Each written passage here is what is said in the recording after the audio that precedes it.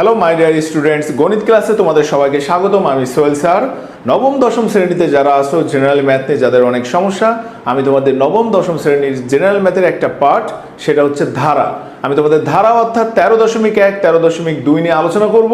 তো 13.1 ফার্স্ট টাইমে হলো 13.1 চ্যাপ্টারটা কেমন, সেই 13.1 নিয়ে তোমাদের আমার এখনকার আলোচনা। তো 13.1 আমাদের কি আছে? ধারা। এই ধারাটা নিয়ে আমি তোমাদেরকে যে আলোচনাটা করতে চাই, তোমরা সবাই একটু ভালো করে খেয়াল করে দেখো। ধারা, আমি নবম ও দশম শ্রেণীতে যারা আসো, আমার ক্লাসটা যদি তোমরা এখনই করো, তোমরা ধারা সম্পর্কে ইনশাল্লাহ তোমাদের অনেকটাই ক্লিয়ার হয়ে যাবে। তো দেখো আমাদের ধারা ব্যাপারটা কি। ধারা জানার আগে আমাদের কোনো একটা সিকোয়েন্সে যেতে হয়। সিকোয়েন্স মানে অনুক্রম, অর্থাৎ আমি যদি কিছু সংখ্যক অক্ষর আমি লিখি, আমি আমার মতো করে লিখি। দেখো 2, ফার্স্ট টাইম একটা 2 নিলাম, এরপরে দেখো 7, তারপরে হচ্ছে 12, 17, তারপরে 22। এই যে দেখো আমি কয়েকটা সংখ্যা লিখলাম, 2, 7, 12, 17, 20। এইভাবে আমাদের হরহামেশাই আমরা অনেকগুলো অক্ষর লিখতে পারি। তো দেখো এখানে আমরা যদি একটু ধরতে চাই বা এই সংখ্যাগুলো সম্পর্কে আমরা আমাদের পরিচয় আনতে চাই, তো একটু দেখো তো, এই 7 থেকে যদি 2 বাদ দিয়ে দিই, অর্থাৎ ডিফারেন্স করি, তাহলে দেখো 7 থেকে 2 বাদ দিলে 5। অনুরূপভাবে 12 থেকে 7 বাদ দিলে 5, 17 থেকে 12 বাদ দিলে 5, 22 থেকে 17 বাদ দিলে 5। এই যে একটা ধারাবাহিকতাভাবে কোনো একটা নাম্বার যাচ্ছে, অর্থাৎ কোনো একটা নাম্বার কন্টিনিউভাবে চলতেছে, এটাকে আমরা বলি সিকোয়েন্স বা অনুক্রম। সিকোয়েন্স বা অনুক্রম। লাইক দ্যাট আমি আরও সংখ্যা যদি ইউজ করতে চাই, যেমন দেখো 1, 3, 5, 7, 9, 11। দেখো এদের মধ্যকার প্রত্যেকটা, অর্থাৎ পরপদ মাইনাস পূর্ববর্তী পদ, অর্থাৎ সেকেন্ড নাম্বার থেকে যদি আমরা প্রথম নাম্বারটা মাইনাস করি, তাহলে দেখো প্রত্যেকটার ক্ষেত্রে একই সংখ্যক ডিফারেন্সটা আমাদের যাচ্ছে। তাহলে এই যে যাওয়াটা, এই ধরনের সংখ্যাগুলোকে আমরা বলি সিকোয়েন্স। সিকোয়েন্স অর্থাৎ অনুক্রম। তো ধারা নিয়ে যারা 9, 10-এ যারা ইয়েতে আসো, কমার্স রিলেটেড, কমার্সে আসো, আর্টসে আসো, সায়েন্সে আসো, তাদেরই ধারাবাহিকতায় দেখো আমি ধারা নিয়ে একটু বলতে চাই। এই সিকোয়েন্সকে যদি আমি প্লাস চিহ্ন বসাই দিই, অর্থাৎ 1 + 3 + 5 + 7 + 9, এরকম করে যদি চলতে থাকে, এবং লাস্ট পদ আমি ধরে নিলাম 1 1 1। এই যে দেখো আমি একটা অনুক্রমকে যখন প্লাস মাইনাসের মাধ্যম দিয়ে প্রকাশ করব, তখন সেটার অনুক্রমে থাকে না, তখন সেটা ধারাতে রূপান্তর হয়ে যায়। তো মাই ডিয়ার স্টুডেন্টস, আমরা আজকে পড়বো সেই ধারা নিয়ে তোমাদের আলোচনা। ধারা দেখো আমাদের যে নবম দশম শ্রেণীতে যে জেনারেল ম্যাথ আছে, সেই জেনারেল ম্যাথে আমাদের দুইটা পার্ট, একটা হলো সমান্তর ধারা আর একটা হলো গুণোত্তর ধারা। তো সমান্তর ধারা নিয়ে আমি আজকে তোমাদেরকে পড়াতে চাই, এবং আমার ক্লাসটাই হলো অনলি ফর সমান্তর ধারা নিয়ে। তো সমান্তর ধারা ব্যাপারটা জানার ক্ষেত্রে আমি তোমাদের বোর্ডে যেমন দেখো একটা সিকোয়েন্স লিখছি, অর্থাৎ একটা ধারা লিখছি। এই সিরিজের আমরা সবসময় খেয়াল করব সমান্তর ধারা ব্যাপারটা কি হয়। সমান্তর ধারার একটাই টপিক, সমান্তর ধারার ক্ষেত্রে আমাদের একটা টপিক আমরা মনে রাখবো, সেটা হচ্ছে কি, পরপদ মাইনাস পূর্ববর্তী পদ, অর্থাৎ ডিফারেন্সটা, অর্থাৎ দুইটা সংখ্যার ডিফারেন্স। এবং দুইটা সংখ্যা কোনটা হতে পারে, আমি যদি পরপদ ধরি 3, তাহলে এক্ষেত্রে তার আগের পদ, অর্থাৎ পূর্ববর্তী পদ হলো 1। আমি যদি 9 ধরি পরপদ, তাহলে তার আগের পদটাকে আমরা বলবো পূর্ববর্তী পদ। তো মাই ডিয়ার স্টুডেন্টস, আমাদের এই সিরিজে দেখো এই ধারায় আমি যদি লিখি 3 - 1, অনুরূপভাবে 5 - 3, 7 - 5, দেখো প্রত্যেকটার ক্ষেত্রে রেজাল্ট আসছে 2। তো মাই ডিয়ার স্টুডেন্টস, এই ধরনের ডিফারেন্স যদি সেম থাকে, তাহলে আমরা ওই সিরিজটাকে, ওই ধারাটাকে আমরা কি বলবো স্যার? ওই ধারাটাকে আমরা বলবো সমান্তর ধারা। তো আমাদের এখানে এই সমান্তর ধারা রিলেটেড দুইটা সূত্র, অনলি ফর দুইটা সূত্র। এই দুইটা সূত্র যদি আমি মনে রাখতে পারি, এবং এই দুইটা সূত্র যদি আমি ইউটিলাইজ করি, ভেঙে চুড়ে আমি যে কোনো ধরনের ম্যাথ করা আমাদের জন্য সহজ হবে। তো দেখো আমরা দুইটা পয়েন্ট আউট করব। নাম্বার 1 পয়েন্ট কি, যে কোনো যদি ধারা দেয়া থাকে, তার পরপদ মাইনাস পূর্ববর্তী পদ, পরপদ মাইনাস পূর্ববর্তী পদ, পরপদ মাইনাস পূর্ববর্তী পদ, এটাকে আমরা বলি সাধারণ অন্তর। তাহলে দেখো কোনো ধারার যদি সাধারণ অন্তর একই থাকে, তাকে আমরা বলবো সমান্তর ধারা। আর আমাদের এই বইয়ে সাধারণ অন্তরকে, অর্থাৎ ডিফারেন্স, কমন ডিফারেন্সকে আমরা ডি দ্বারা ইন্ডিকেট করি, অর্থাৎ কমন ডিফারেন্সকে আমরা ডি দিয়ে প্রকাশ করি। তো মাই ডিয়ার স্টুডেন্টস, আমরা একটা সিকোয়েন্স, অর্থাৎ একটা ধারা আমি এখানে যদি লিখি, আমাদের সমান্তর ধারার প্রথম পদকে যদি আমি এ দিয়ে প্রকাশ করি, যোগ দ্বিতীয় পদ, দেখো ওই যে প্রথম পদের সাথে ডি ডিফারেন্স, এটা বাড়বে, অনুরূপভাবে আমি যদি আরেকটা ধারা লিখি, এ পদ লিখি a প্লাস 2d, এইভাবে যদি আমি যেতে থাকি দেখো a plus 3d dot dot আমাদের এই সমতা ধারার লাস্ট পদও থাকবে, সেই লাস্ট পদটাকে আমরা বলি p। তো আমরা একটু খেয়াল করে দেখি, এইটাকে আমরা বলি প্রথম পদ আর এটাকে বলি আমরা শেষ পদ। এই যে দেখো, এইটাকে আমি প্রকাশ করলাম প্রথম পদ দিয়ে, আর শেষ পদকে আমি পি দিয়ে প্রকাশ করলাম, এটার নাম দিলাম, এটা হলো শেষ পদ। শেষ পদ বরাবরই আমাদের পি নামে আমি ইন্ডিকেট করলাম। এখন দেখো, আমি যদি পরপদ থেকে প্রথম পদটাকে বিয়োগ করে দিই, তাহলে এখানে সুন্দর করে একটা কমন ডিফারেন্স আসে, যাকে আমরা সাধারণ অন্তর ডি দিয়ে প্রকাশ করছি, সাধারণ অন্তর ডি।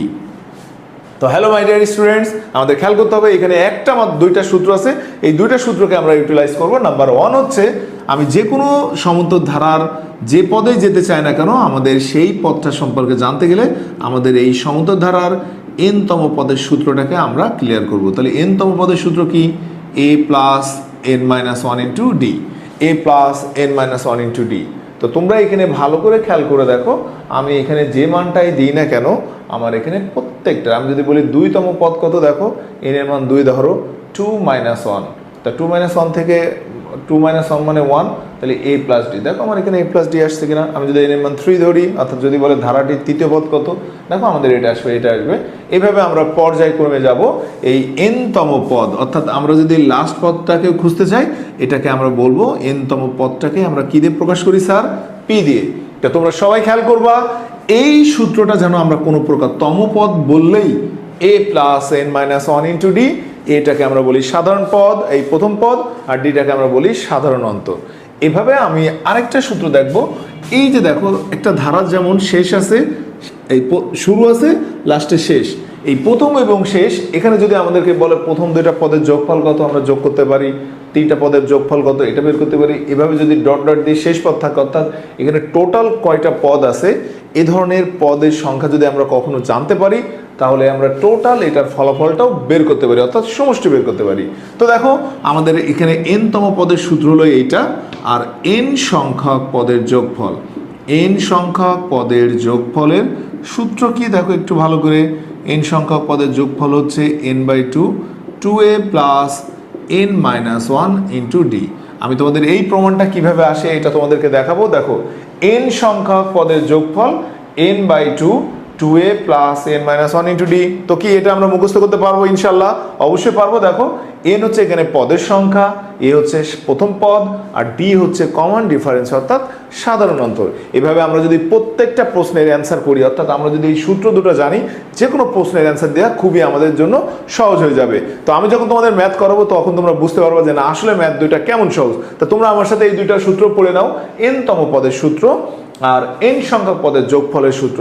এই দুইটা সূত্র যেন আমাদের কোনোভাবেই সমান্তর ধারার ক্ষেত্রে মিসিং না হয়, আমরা যেন এটা বুঝতে পারি। তো মাই ডিয়ার স্টুডেন্টস, তোমরা যারা স্কুলে আসো, তোমাদের এই ফর্মুলাটা আসে যে n সংখ্যক পদের যোগফল n/2, 2a plus n minus 1 into D কেন হয়, কিভাবে হয়, এটা দেখাবো। তো দেখো এটা দেখার ক্ষেত্রে খুবই ইজি একটা প্রমাণ। দেখো আমি যদি কোনো সমান্তর ধারার প্রথম পদ লিখে ফেলি, দেখো সমান্তর ধারার প্রথম পদ a, সাধারণ অন্তর ডি, সাধারণ অন্তর ডি, এবং শেষ পদকে যদি আমরা পি, অর্থাৎ শেষ পদ মানে কি n তম পদ, এটাকে আমরা যদি পি ধরে করি, তাহলে ধারাটিকে লেখা যায়, সমান্তর ধারাটিকে কিভাবে লেখা যায় দেখো,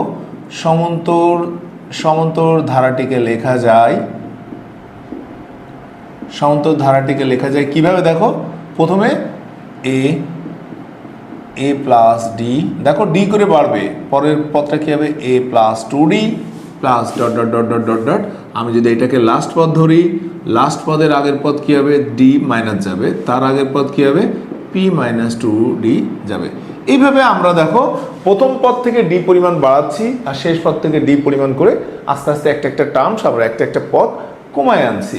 তো এই ধরনের দেখো আমরা n সংখ্যক পদের যোগফল, অর্থাৎ এখানে কতগুলো পদ আছে আমরা জানি না, এই জন্য n সংখ্যক পদের যোগফলকে আমরা Sn, অর্থাৎ এটা আমরা পরে লিখবো, এইটুকু আমরা বুঝছি কিনা দেখো। তো সরাসরি আমরা এটা লিখলাম।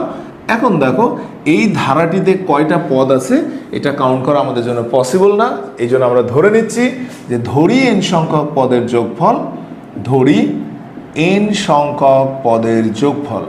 ধরি n সংখ্যক পদের যোগফল Sn। তো এই Sn মানে আমরা লিখতে পারি, দেখো এখান থেকে ওইটুকু আমরা লিখি, দেখো a plus ad plus a plus 2d plus dot dot p minus 2d p minus d plus p। তো মাই ডিয়ার স্টুডেন্টস, এই লেখাটা দেখো শেষ থেকে প্রথম থেকে শেষ পর্যন্ত লিখছি। এটাকে যদি আমরা রিভার্স করি, অর্থাৎ ওই শেষ পদটাকে যদি এখানে লিখি, দেখো p minus d p minus 2d plus dot dot a plus 2d plus a plus d plus a। দেখো আমি এটা যেমন ছিল তাকে উল্টা করে এখানে লিখলাম। এখন যদি আমরা এই দুইটা ধারাকে যোগ করে দিই তাহলে আমাদের ফলাফল কি আসে, দেখো আমরা যদি যোগ করে দিই 2Sn, তাহলে এখানে যোগ করলে কি আসে, দেখো a প্লাস p, dd কেটে যায়, এটাও আসে a প্লাস p, এটাও আসে দেখো a প্লাস p, যোগ করে দাও। অনুরূপভাবে দেখো মাইনাস 2d প্লাস 2d কেটে যায়, তাহলে এখানেও আমাদের আসে a প্লাস p, এটাও আসে আমাদের a প্লাস p, এটাও আমাদের আসে a প্লাস p। এখানে দেখো অনেকগুলো a প্লাস p। কতগুলো a প্লাস p? যেহেতু আমি ধরে নিয়েছি n সংখ্যক পদ, তাহলে এখানে আমরা ধরে নেব এটা আমাদের আছে n সংখ্যক a প্লাস p, n সংখ্যক a প্লাস p। তাহলে 2Sn, তো 2টাকে আমরা ওই পাশে পাঠিয়ে দিই, দেখো Sn n/2 a plus p।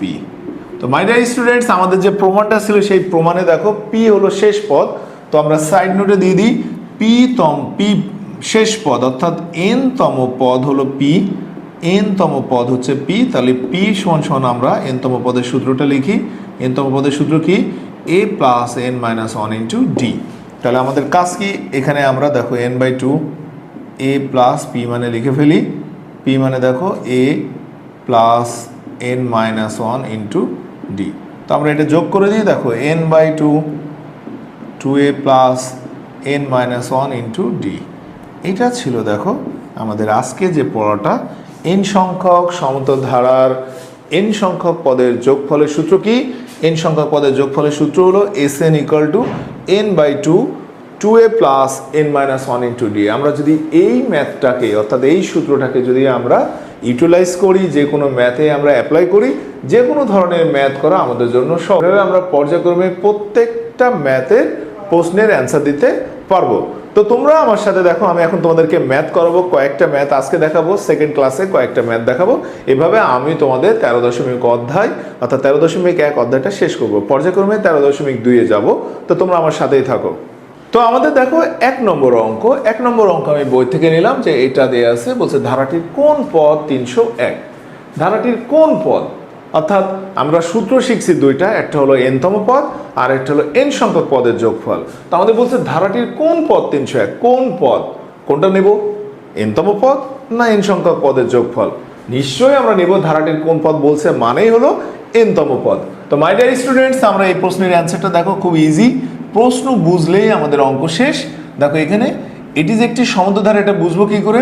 পরপদ minus পূর্ববর্তী পদ, দেখো 10 মাইনাস 7 3, অর্থাৎ প্রত্যেকটা ডিফারেন্স সেম। তাহলে আমরা বলবো এটি একটি সমান্তর ধারা, এটি একটি সমান্তর ধারা, এটি একটি সমান্তর ধারা যার প্রথম পদ এ হলো 4, সাধারণ অন্তর আমরা এখান থেকে দেখো, আমি তোমাদের কিন্তু পূর্ণাঙ্গভাবে অ্যান্সার দিয়ে দিচ্ছি। সাধারণ অন্তর হলো d = 3। প্রশ্ন মতে n তম পদ, জানি না তো কততম পদ, এই জন্য লিখছি প্রশ্ন মতে n তম পদ হচ্ছে 301। তাহলে n তম পদের সূত্র কি? a plus n minus 1 into d 301। তো দেখো আমরা এখানে এর মান যদি বসাই, 4 plus n minus 1 into d মানে 301, তাহলে আমাদের এখানে কি আসছে? 4 plus 3n minus 3 equal to 301। তো আমরা এখান থেকে দেখো 1, অর্থাৎ 3n প্লাস 1 ইকুয়াল টু 30।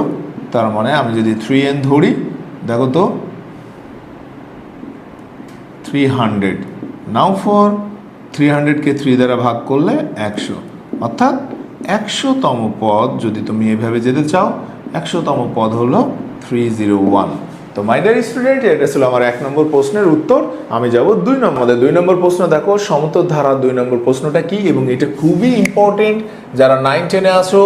দেখো কোনো সমান্তর ধারার m তম পদ n তম পদ m হলে ধারাটির m প্লাস n তম পদ কত, এটার মান আমাদের বের করতে বলছে। তো আমরা দেখো এটা ধরবো তম পদ বলছে। তম পদ মানে সমান্তর ধারায় দুইটা সূত্র, একটা হলো n তম পদ আর একটা হলো n সংখ্যক পদের যোগফল। নিশ্চিত আমাদের এখানে বলছে এততম পদ কত, অর্থাৎ তম পদ n তম পদের সূত্রটা আমরা এখানে অ্যাপ্লাই করব। তো দেখো সমান্তর সমাধান, কোনো সমান্তর ধারার n তম পদ, তাহলে আমাদের কাজ কি, ধরি সমান্তর ধারার প্রথম পদ, সমান্তর ধারার প্রথম পদ এ সাধারণ অন্তর হচ্ছে ডি। তো প্রথম প্রশ্ন মতে বলছে m তম পদ হলো n। প্রথম প্রশ্ন মতে m তম পদ মানে কি n, তাহলে m তম পদকে আমরা কি বলতে পারি, a plus m minus 1 into D equal to n। এটা 1 নম্বর। দ্বিতীয় প্রশ্নে কি বলছে, দ্বিতীয় প্রশ্নে বলছে n তম পদ। দেখো n তম পদ, এটার মান হলো m। তাহলে n তম পদের সূত্র কি, a plus n minus 1 into D equal to m। এটা 2 নম্বর। আমাদের বলছে ধারাটির m প্লাস n তম পদ কত, তো এইটা বের করতে গেলে আমাদের a অর্থাৎ প্রথম পদ আর সাধারণ অন্তর d, এই দুটো যদি আমরা বের করতে পারি এটা আমাদের হয়ে যায়। তো দেখো আমি বের করার ট্রাই করি। 1 মাইনাস 2 হতে পাই, 1 থেকে 2 তুমি বিয়োগ করে দাও।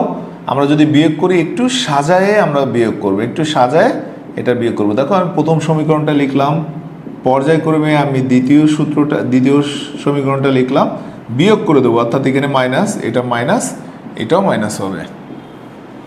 তো এখান থেকে a কেটে যায়। দেখো d যদি আমরা এখান থেকে কি থাকছে, m মাইনাস 1 ইন্টু ডি। আমি তোমাদের জন্য একটু ভেঙে ভেঙে লিখছি, দেখো n মাইনাস m। তাহলে এখান থেকে আমরা যদি d কমন নিয়ে নিই, m minus 1 minus n plus 1 into equal to, আমি এখান থেকে মাইনাস কমন নিলাম, কেন, বাম পক্ষে আমাদের m মাইনাস n আসে, এই জন্য আমি এটাকে। তো দেখো ডি এর মান কি পাচ্ছি, -1। তো অলরেডি আমরা ডি এর মান -1 পেয়ে গেলাম। এখন আমাদের কাজ হলো কি, অতএব m প্লাস n তম পদ, m প্লাস n তম পদের সূত্র কি, a plus m plus n minus 1 into D. এখান থেকে আমরা একটু খেয়াল করি, একটু ভাঙাই নিই। দেখো m মাইনাস 1 ইন্টু ডি, এটাকে আলাদা করে ফেললাম, প্লাস এন ডি। তো এই জিনিসটা দেখো a plus m minus 1 into D আমি কোথা থেকে পাচ্ছি, 1 নম্বর সমীকরণে a plus m minus 1 into D সমান n।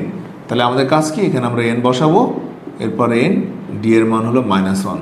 তাহলে n minus n equal to 0, n minus n equal to 0। এটা ছিল আমাদের আজকের দেখো 2 নম্বর প্রশ্নের সমাধান। তো তোমাদের এখানে যদি MCQ আসে, কোনো সমান্তর ধারার p তম পদ q আর q তম পদ যদি p আসে, যদি বলে p প্লাস q তম পদ কত, তোমরা সরাসরি এটার মান 0 বসাই দেবো। দেখো p তম পদ q আর q তম পদ যদি p হয়, p প্লাস q তম পদ কত, p প্লাস q তম পদের ভ্যালু হচ্ছে 0। তো এটা ছিল আমার 2 নম্বর অঙ্ক। তো সমান্তর ধারা 3 নম্বর ম্যাথটা কেমন আছে, 3 নম্বর ম্যাথ এটাও একটা ধারা। এটা কি ধারা বোঝার জন্য তোমাদেরকে বলেছি, পরপদ মাইনাস পূর্ববর্তী পদ দেখে আমরা যদি একই ডিফারেন্স পাই, তাহলে সেটাকে আমরা বলবো সমান্তর ধারা। তো এখানে আমরা টেস্ট করে ফেলি, দেখি এটা কি ধরনের ধারা। দেখো যেহেতু আমি সমান্তর ধারা করছি, তাহলে এটাও আমাদের সমান্তর ধারা হবে, এটা আমরা ফাইনাল।